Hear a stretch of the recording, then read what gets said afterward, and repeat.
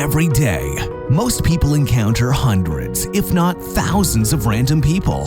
Whether you're running errands, enjoying leisure activities, or working a 9-to-5, the people you walk past as you live life day to day could be some of the most unique, persistent, and amazing people that you've never heard of.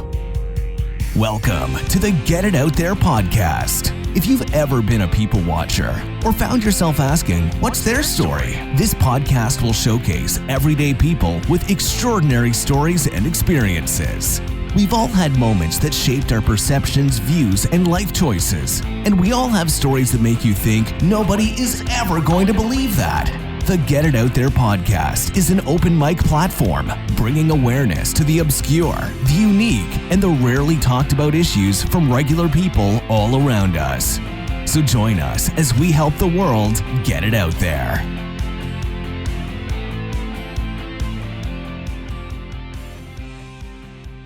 Welcome, everybody, to the Get It Out There podcast. My name is Bradley Stark, and my guest today is an intelligent and creative individual that I met recently who wanted to share his story with us. He is the author of the book Less Than a Sack of Weed, Principles for the Hood.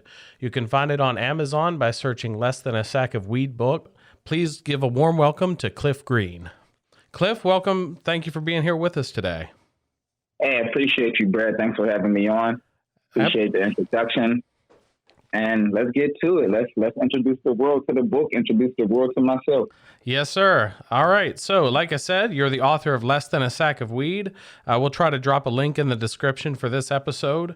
What inspired you to write your book, and how did you come up with the title? I started writing the book when I was 25. I cut off the TV, and when you cut off the TV, your mind starts thinking for itself. So I started a blog called 25blackandalive.com. Oh, wow. It actually took a couple years for the book to come into existence. So with the book, I compiled a lot of the blog posts and I re-edited them and rewrote a couple of them and put it together and made a book. No kidding. That is awesome. Is the website still out there, the blog? Yep, the website's still out there. And I haven't been putting much on there because I've just been writing. I'm going to hopefully put out another book soon. So I've been writing for that and just editing some things, and I want to rebuild the website. Oh, that's great. If you send me a link to that website, we'll drop that in the description for the show too, if you'd like people to check the blog out. Got you. And you asked how did I come up with the title of the book? Yeah. How did you, that's a very interesting title, Less Than a Sack of Weed. So what exactly does that mean? What can people expect? The book actually has nothing to do with weed, but everything to do with decisions. Okay. So less than a sack. If you could grab a gram, which usually costs about $20, it costs $20 to grab a gram. You get 2 blunts out of that, and you're half for a couple hours. That's all you get. But you could buy a book that costs $15, and you read it, and you're half for the rest of your life. Oh. And you're mostly high for the rest of your life. So my thing is, it's less than a sack. There's really no excuses not to be able to buy this book or any other book that will really raise your intellect, raise your spirituality, raise your mental, and make you into a better person. And if you do choose to smoke weed, you can smoke all the weed you want because now your brain's sharper and you're probably going to become more successful anyway. I like it. So my goal is to get you to read the books first and foremost and make the decision that will change and better your life forever. I like that a lot. That's a really great inspiration behind the title. And the principles for the hood part is because if we go into where I'm from a neighborhood called Wilkinsburg. It's a small borough in Pittsburgh. So we call it the hood, but that's kind of a trick on words because you've been hoodwinked when you're in the so-called hood. But my thing is I'm trying to reach people where they're at. And anybody can read the book and get something from it. It's not just for the hood. I just did that because at first, that's just what came across my mind. No, I mean, if that's how you identify where you grew up, I mean, I think that's very important that, you can really reach out to the demographic that you are most familiar with, I mean, those are the people you care about. Obviously, you care about everybody. You want everyone to read the book, but I think it holds a particular resonance for anybody who's from the same place you're from that can be like, hey, that's where I'm from. And I can really maybe pick something up out of this book that maybe I wouldn't want to hear from anyone else or someone who's from elsewhere, Yep, you nailed it. So have you always lived there? I lived there for probably the first 25 years of my life, and then I moved down to Baltimore, and then came up to DC for the past 9 years now. How would you describe the part of DC that you live in? If we're talking about the hood, this part is the hood. But if we go through the book, kinda, it's being gentrified. Okay. There's some gentrification happening, right? But it's still the hood. There's still some aspects going on that need some healing.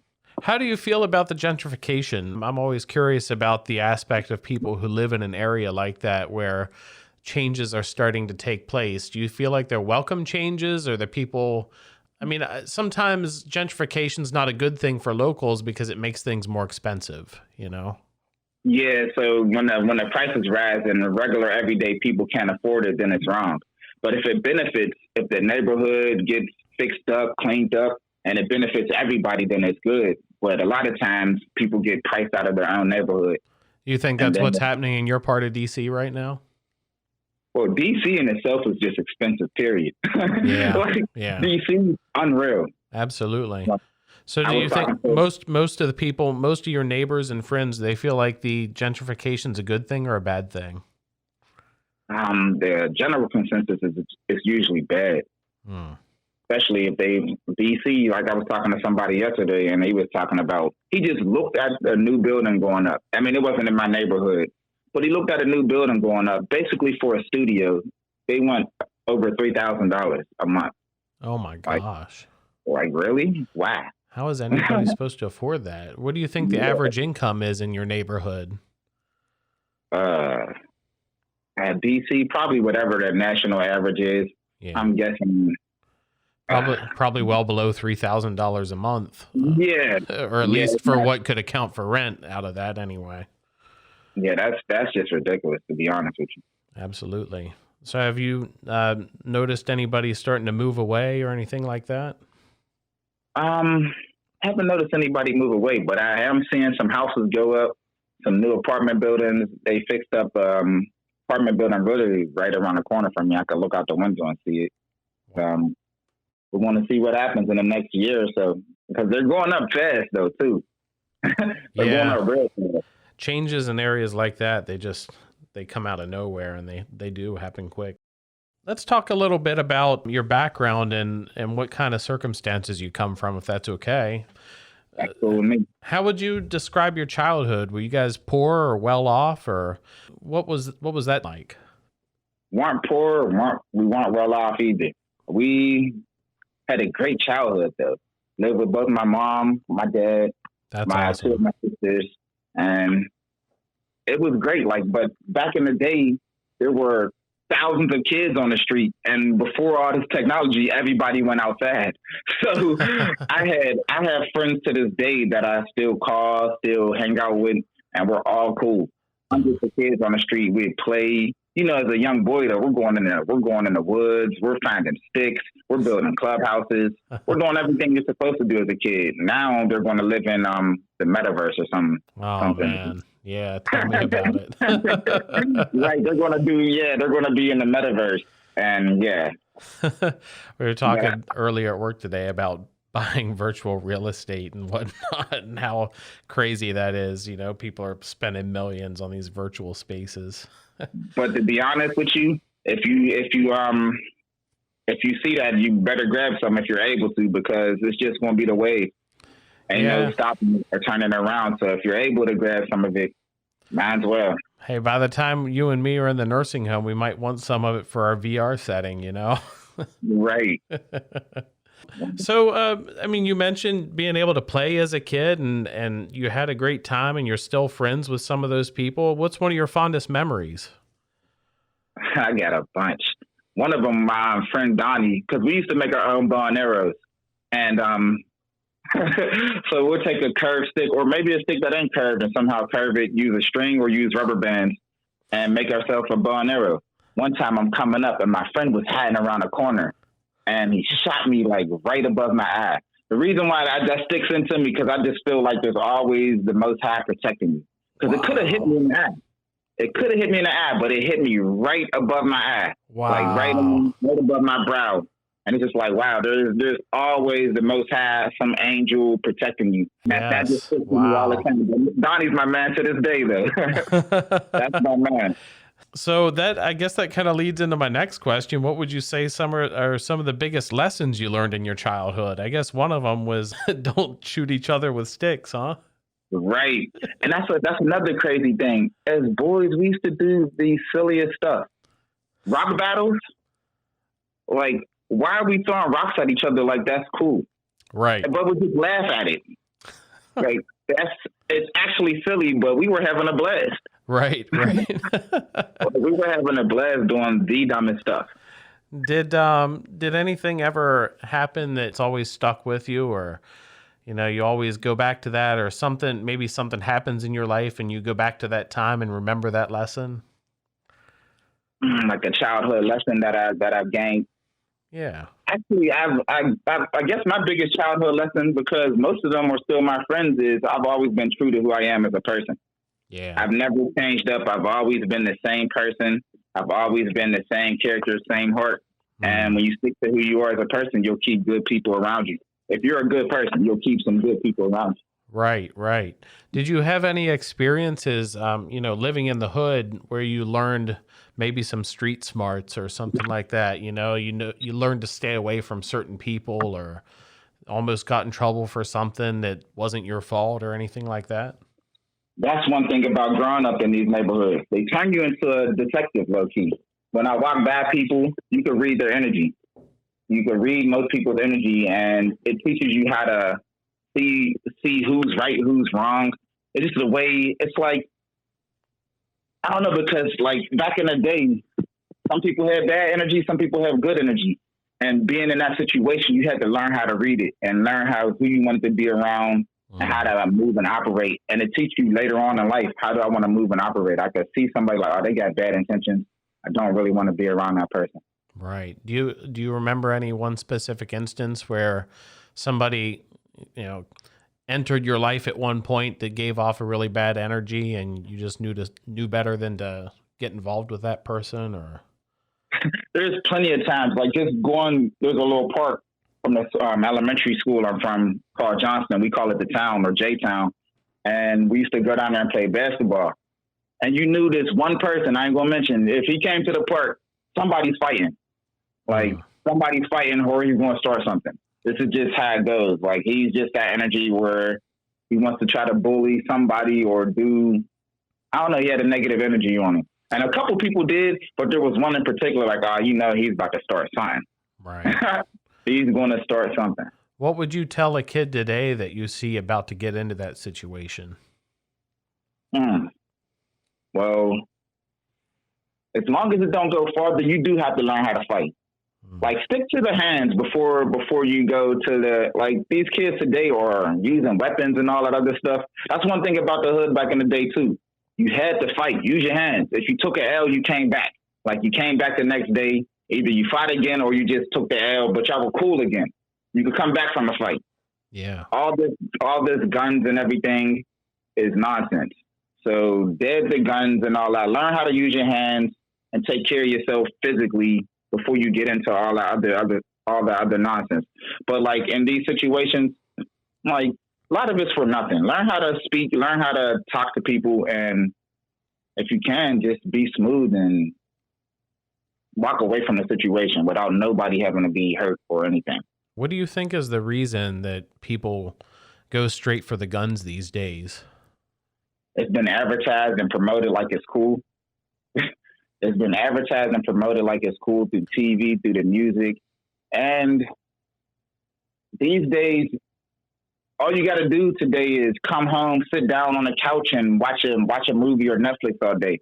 You don't have to actually like go outside and exercise and work out and take care of yourself.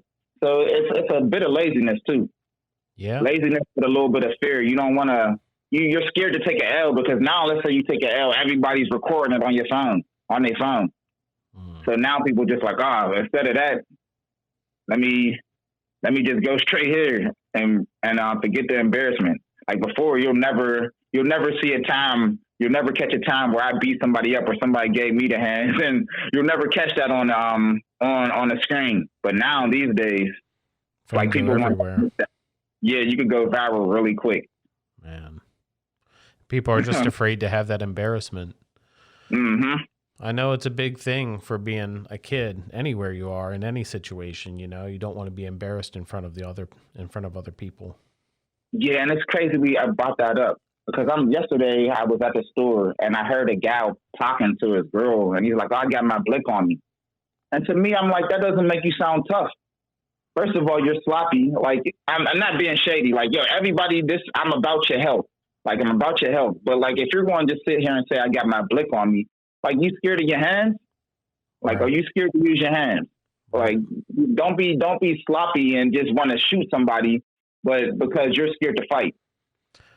I don't think these people think about the consequences of what happens when you actually do use lethal force on someone. Do you think that's the case? Yeah. Like they just don't understand, exactly what happens once you make that decision. True. There's no foresight. Like you don't have foresight in your own life. You must not. That goes back to the gentrification conversation about not having a plan. When you have a plan and you have foresight, you know you're going to bigger and better places. But if you're just living in that you live in the moment and enjoy every moment. But if you're not thinking about the future, you just automatically want to squeeze the trigger. And now you're not thinking, oh, that could be a lifetime in jail. That's lifetime not doing what you really want to do with your life because you made a decision that day to really hurt somebody. Absolutely. Now, if the situation called and you had to protect yourself, fine. But don't just run to the gun. Right. That's like you can't really solid advice for anybody out there in those situations. Like it's so much better to run away, than it is to get caught up in that for the rest of your life. Those kinds of decisions will affect you the rest of your life. Even if it is justified, even if you have to kill somebody out of self-defense, that's still going to be with you the rest of your life. If you could avoid that situation any way at all, you're going to be so much better off for having avoided it. Yep. And I'm change the term from runaway to just being able to like de-escalate a situation. Cause that's one thing growing up in the hood. Cats was like, I don't run. Like I'm not running from nobody. No, we don't want you to run from nobody. We just want you to be able to de-escalate situations and not take it to the next level if it don't have to. Right. You don't have to, and you could just walk away. Nobody's hurt. That's fine. Of course. That's better. So, did you, when you were growing up in some of these neighborhoods and even where you live now, have you witnessed some of these things go down, things that were a little more serious than a fight? Well, I haven't seen anybody get shot. I mean, hopefully I don't want to witness somebody get shot.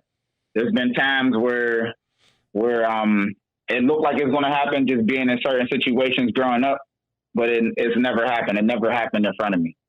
I do not want to see a body drop. That's trauma that I don't want or need, and nobody wants or need. People like have mental breakdowns over seeing that stuff. Yes, they do. It's a gruesome sight, man. People don't understand what happens to the human body when something like that occurs. It's not what happens in the movies. Yeah, right. It's gruesome. Like it's gruesome. Yep. And like most of us you're made as a human to be loving and kind to other people. And when you see that, it really messes with your insides, messes with your mental, messes with your soul. Yep. And that leads to trauma for people. It's hard to get over that trauma. Yes. So I'm going to ask you the same question. Have you ever witnessed anything? I didn't ask you though. Can I ask you a couple questions about how you grew up? Of course. Yep. What type of neighborhood and how did you grow up? Because that could be the difference in it could be the same or it could be the contrast where we're learning about each other's culture and everything. Absolutely. So I actually grew up in a very rural area, the opposite of the city. There were maybe 20 to 25 kids in my grade at any time in the school that I was in. Wow. Yeah, which I guess is probably pretty small compared to city standards, huh? Yeah, wow. My Grade, like 25. You're in first grade. There's just 25 people in first grade. right, exactly. Dang. Yep. And then my family has a farm, and so I grew up learning to do farm work and feed the cows, take care of the cows, mow the hay, make hay bales. We had a good bit of wooded property, so I grew up hunting and learning about guns from an early age. I'm an avid gun sportsman because I grew up around them. I understand gun safety, and I enjoy the thrill of shooting and nailing a target. Like it's a fun thing for me. I guess there's a lot of people in the city that don't know anything about guns, but I feel like I've been fortunate to grow up in a family where my father showed me how to properly handle a gun and be safe with it and not endanger anyone. And I was able to learn how to use that to hunt for food and even defend myself if necessary. But thankfully, that time hasn't ever come. Cool. Dope. And that's something that I think could benefit everybody to learn how to do, to learn how to grow, how to farm, how to take care of the land, how to protect the land. Mm-hmm. Like that would be beneficial to everybody. Coming up in my neighborhood, my dad did grow fruits. Like I remember having watermelon in the yard. Like we did have some fruit growing and everything like that. But to have some land where you can actually grow something, yeah, I would like that. I would like to do that for my children. Yep. We always had a garden, and it's not as hard as some people might think. Mm-hmm. The hardest part for us was keeping the deer out of it, but you don't have to worry about deer where you're at. So, right. Well, there's some random strays somehow. Are there really? Yeah, random strays. Yeah. That's crazy. Parts of the woods, they still creep in and out. Well, hopefully you can get up a good enough fence to keep them out, or maybe they won't get back in where you're growing your food at. Right. So let's see. If you could go back and tell your younger self anything that would have prevented a big mistake you made, what would it be? I was kind of stubborn, and I didn't listen as much as I should have. It would have prevented a lot of heartache, a lot of pain. It would have helped me to stay a little bit more on my path if I listened some more. If I was able to, like my pops would tell me certain stuff, and I would hear him, but some of the stuff I just wasn't ingesting completely. I had to learn the hard way, and you never really want to learn the hard way. Right. If you don't have to learn the hard way, why should you learn the hard way? Right. Like there's people that want to help, like people that actually do have your best interests at hand, and if they're telling you something, think about it. Mm-hmm. Think about it for a little bit, ingest it mentally, and operate accordingly after that. Awesome. What defining moment had the most impact on your life? It's not the most, but the reason why the book came about and the reason why the website 25blackandalive.com came out is because somebody that I worked with, he passed away from protecting his son from gun violence. His son was about to get into a fight, and instead of fighting, the other kid was about to shoot his son, but he jumped in the way, and then he ended up passing away. And from that moment on, everything that I've ever wrote, it just made me want to put it out and try to change the world and make the world a better place. Wow. So that was the thing that kind of kicked off the desire to write this book, huh? Yep. That was it right there. Like I always had a love for helping people, but that right there, like I was writing stuff, but I never put it out. That right there, I was like, okay, I got to put it out. Whatever I can do to make this world better, I'm going to do. Well, speaking of that, if you could like take one lesson from your life and put it out there and just, change the world with that one lesson, is there one thing you would pick? There's many things. I talk about a lot of it in the book, but this is something, it sounds crazy to people, but I'm going to say, if people could turn off the TV, everybody's lives will be completely better. There would be so much less propaganda. Your mind will be clear. You'll be able to work on the things that you truly desire to work on. because you would have the time to. So cutting out the TV has really helped me a lot with my mental clarity. It has really helped because I no longer get brainwashed. And I was thinking about my life yesterday about how a certain commercial made me want to go to a certain school when I was younger.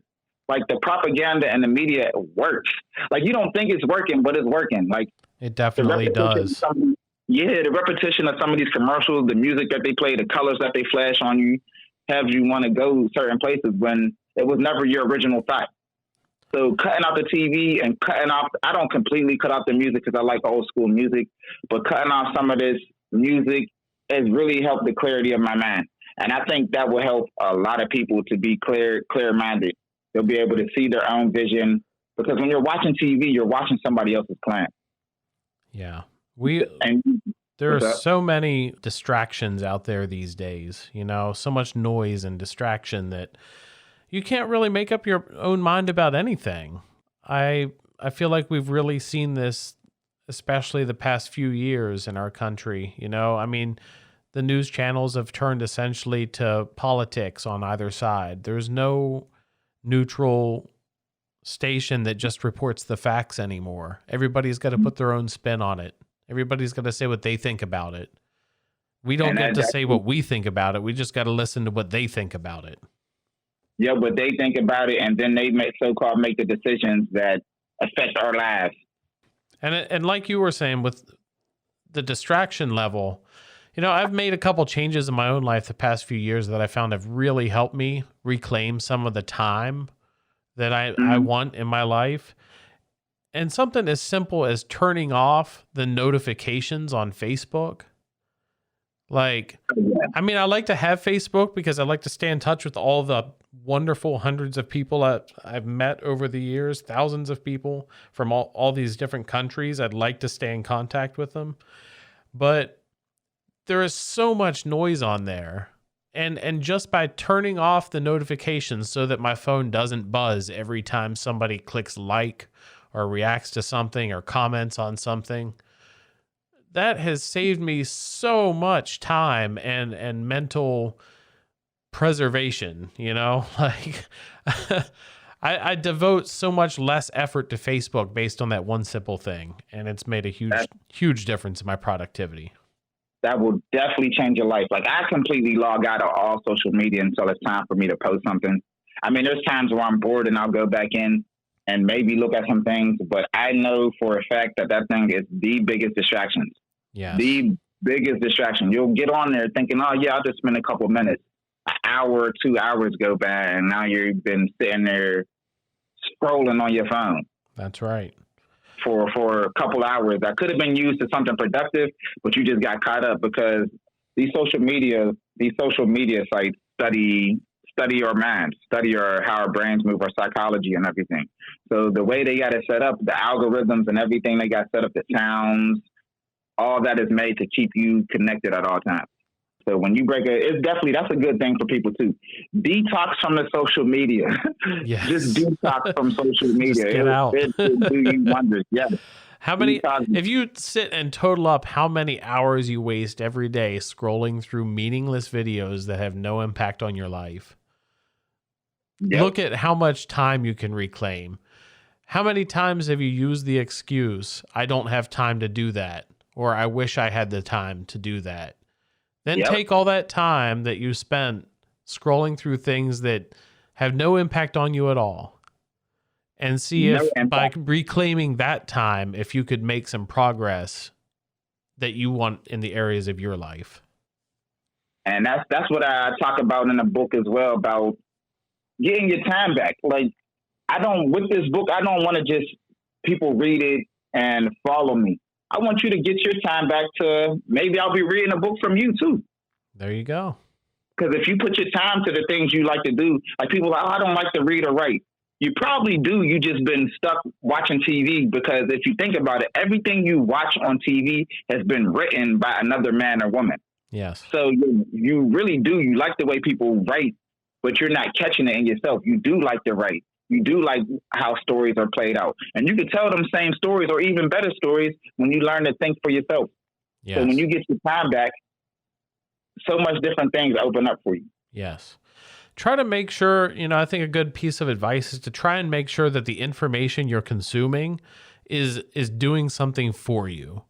Make it worth something, not something, some meaningless thing, Don't waste your time watching something that in the end isn't going to improve you or your actions. But if you spend a couple hours every day watching YouTube to learn how to invest in real estate or how to take up a trade that's a dying art, then I think that you'll find a lot of benefit to that use of your time. And just to back up what you're saying, you better get all the skills you can, because if you're not paying attention, a lot of these jobs are being automated. So you want to get as much skills as possible. You want to be able to get your intellectual property up as much as possible, because jobs are being pushed away. Yes. Regular everyday jobs are becoming they're finding robots to be able to do it, or they're just being automated through some AI system. Yes. So definitely want to learn skills.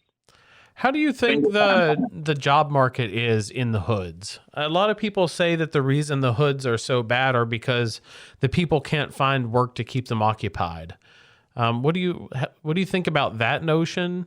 And do you think there's any truth to that, or what's the occupational situation like in the hoods? I'm not going to hold you. I got a college degree. So when I first graduated, it was tough for me to find a job with the degree and everything. It was tough until I got a decent job, but it wasn't nothing great. But until I came down to Baltimore and DC is when I was able to find a job. But then DC was called Chocolate City.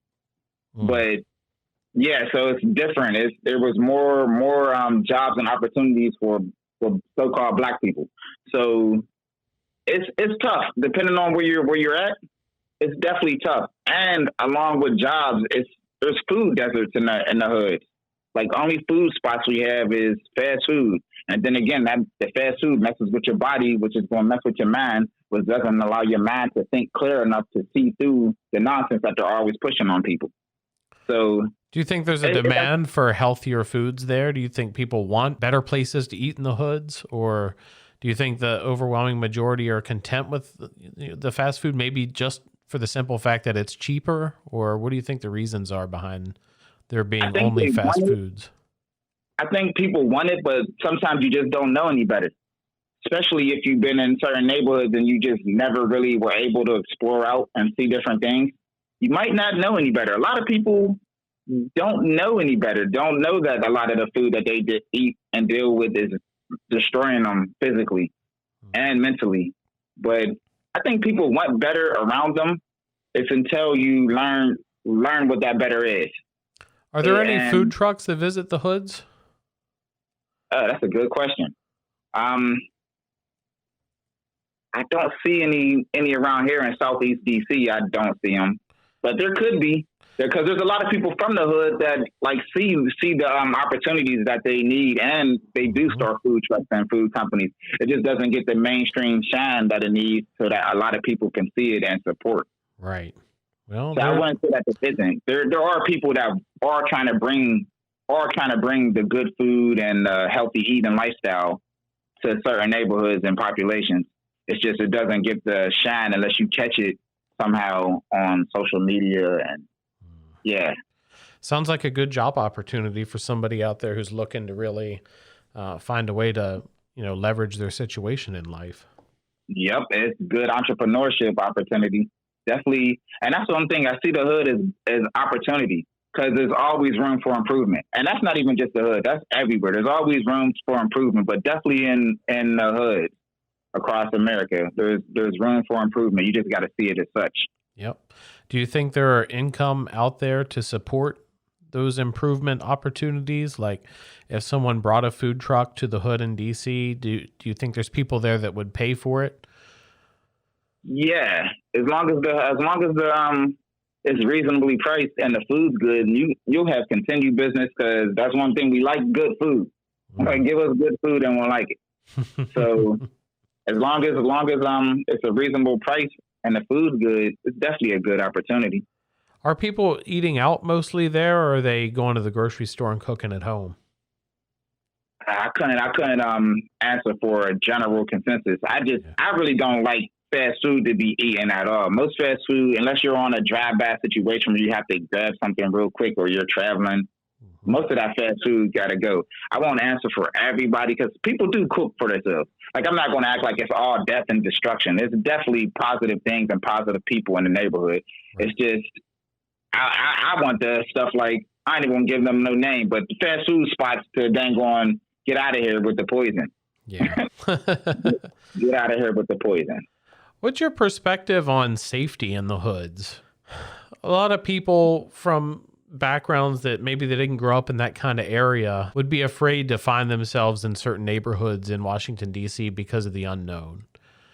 Do you? That's a good question because it's safe and it's not safe depending on certain parts. But you know the crazy part about that? Because it's reversed the same way. And this is something that nobody thinks about. And I'm going to say other cultures don't think about. Me as a black man, let's say I'm driving through the country. Mm-hmm. There are parts in this country where me as a black man, I'm sitting here thinking like, do I want to drive through here? Is it safe for me to drive through here? Or somebody going to say, hey, boy, what you doing around these parts? Like, and nobody thinks about that, but this is actual, like if I call any of my friends, these are actually thoughts that we have to think about driving through certain areas in this country. Like, that's dang, is it safe for me to come through here? I'm glad you brought that up. Brings that up. Nobody brings that up because me as a black man, like if I'm driving through, and there has been times driving through Alabama, and I'm like, damn, like, should I be in this spot right now? Like, right. Will I make it through? Is the gas full so I can get to the next destination? Hoping that nothing happens to the car. So it's definitely both sides, but it's both sides for both people, for all people, I'll say. Right. Because that's something nobody thinks about. Like, oh yeah, racism. No, it's not. Me as a black man, I literally have to think these thoughts in certain areas. Like, damn. Wow. Oh man, am I safe? Am I safe here? Do you see the same thing for white people coming through certain neighborhoods where you live? You know what's crazy? So-called hoods don't really we don't mess with nobody, low key. As long as you're not messing with us, nobody really gets messed with. So if you mind your own business, you're going to be okay. Yeah. You mind your business, you're okay. Like, and there are white people moving into these neighborhoods. I don't know if that's just gentrification, but they're moving in with no fear. They walk around. There's nothing to fear at all. Nobody's going to mess with you. Then nobody usually does. I mean, of course, you see random stuff on the news, but that's one out of dang on 10,000 that actually really happens. So as long as people mind their business, that's all it takes. You mind your business and you usually get left alone. Do you witness a lot of gang activity in those areas? For DC, I can't say that I do, but I don't know much about DC's gangs. Again, I stick to what I got to do as a person. And if that's the energy you're exuding, I stay away from it. I could read your energy, and I don't want to be around it. Right. Street smarts. There probably is, but again, growing up in these situations, you know how to read energy in areas. That's right. So, how would you like to see the hoods change over the next 10 years? I would like to see much more love amongst men. I would love to see more buildings. I would love to see more home ownership, more real estate ownership, more businesses where we support each other and help each other out. I would like to see farmland, like grab some lots and grow some food, because I know you see it wherever you're at. Inflation is real. Yes. The food prices is going up, and the people in general, not even just the hood, people across America, unless we band together, start helping each other, start building and working with each other. Look, the price of I don't even eat chips all like that anymore, but a quarter bag of chips when I was growing up is now $2. Like it's ridiculous. So we need to band together, need to have more farmlands, need to have more just food growing in the hood, better options. Better options to eat. It's a lot, but it's going to take a plan. Take plans and people working together. That's right. What's the biggest advice you have for anybody right now who's listening to your podcast? Maybe they're in the hood right now. They're listening to what you have to say. They're going to read your book. maybe they're suffering in a situation that they just want to get out of. They're tired of their life in the hood. They haven't had the best go of it, but they feel hopeless. What would you say to that person? That happens a lot. It's definitely some people that feel hopeless from the situations growing up, family situations, and it's tough. That's really tough because that deals with you. That plays on you mentally, plays on you physically, plays on you spiritually. The best thing a person like that could do is, I believe in the Most High, so I would say pray continuously.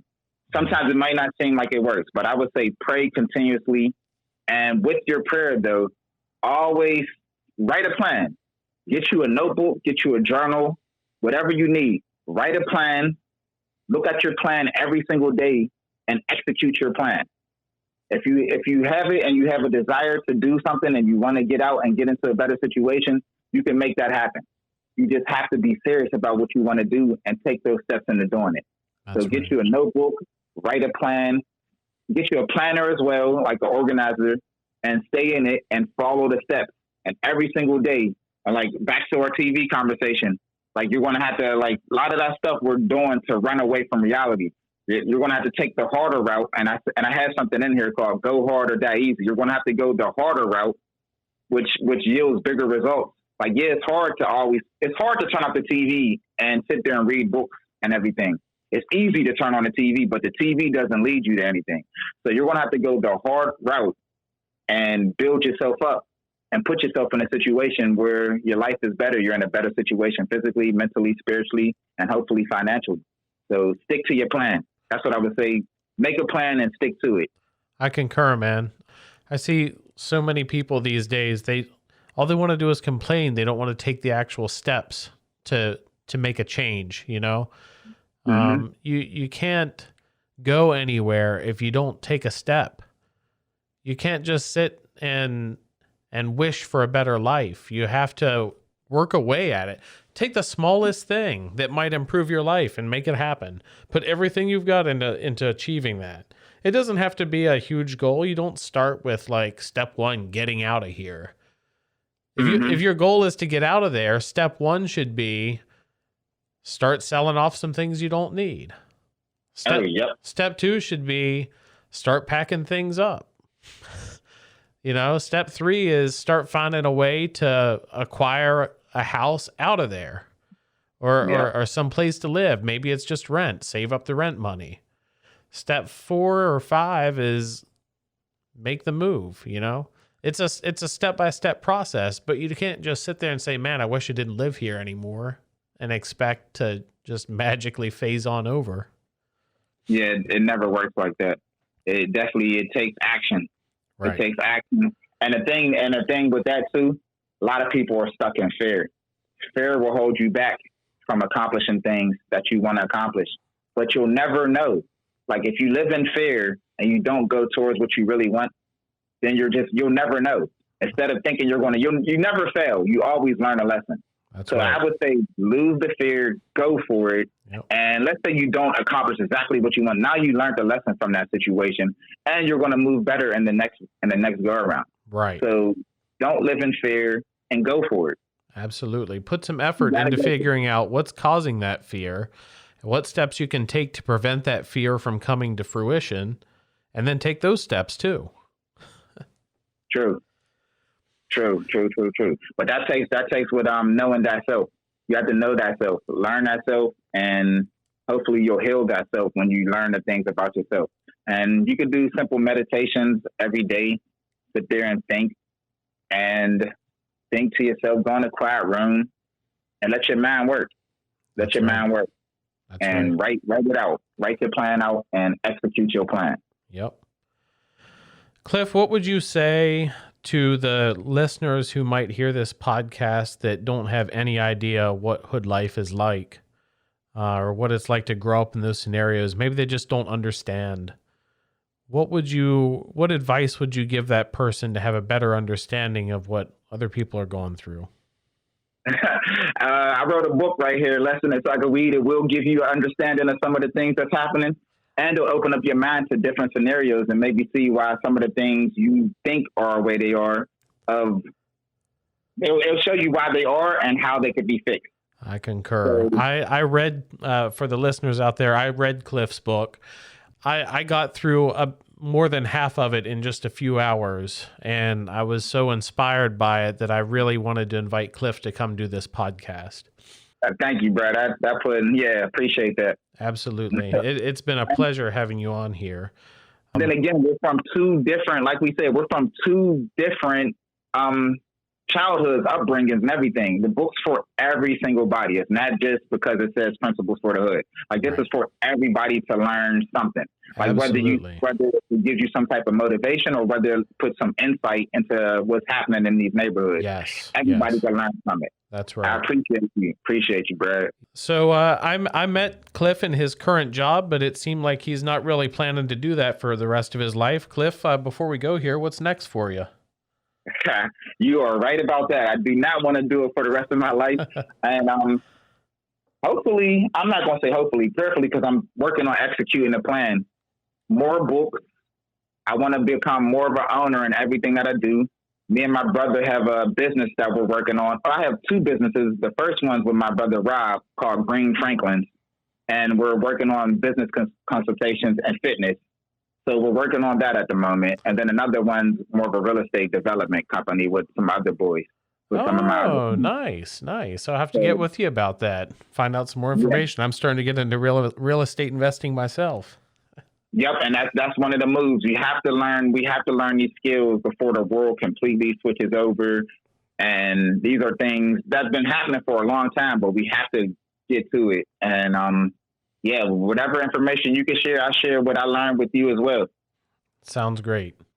Everybody, the book is Less Than a Sack of Weed, Principles for the Hood. The author is Cliff Green. You can find him on Amazon. Just search Less Than a Sack of Weed book. Go ahead and buy that and give it a shot. Cliff, thank you so much for coming on today. I really appreciate your time, and we'll talk to you again soon. Hey, I appreciate you, Brad. Thank you for having me on. I enjoyed this conversation. Hopefully we can continue to build. Sounds great, Cliff. Take care. You too. All right. And with that, another story is officially out there. Thanks for listening. If you haven't yet, subscribe to our show right now so you're first to hear new episodes. And since no two people have the exact same story to tell, you know it's going to be a new episode showcasing everyday people with extraordinary stories and experiences. And if after hearing a few episodes, you think you want to get your story out there, follow these 2 steps. Step 1, congratulate yourself. That's what the show is all about. And step 2, email giot.podcast@gmail.com. That's giot.podcast@gmail.com. We truly can't wait to hear what fascinating, incredible, and deeply personal stories you have to share with us. And maybe you too can get it out there.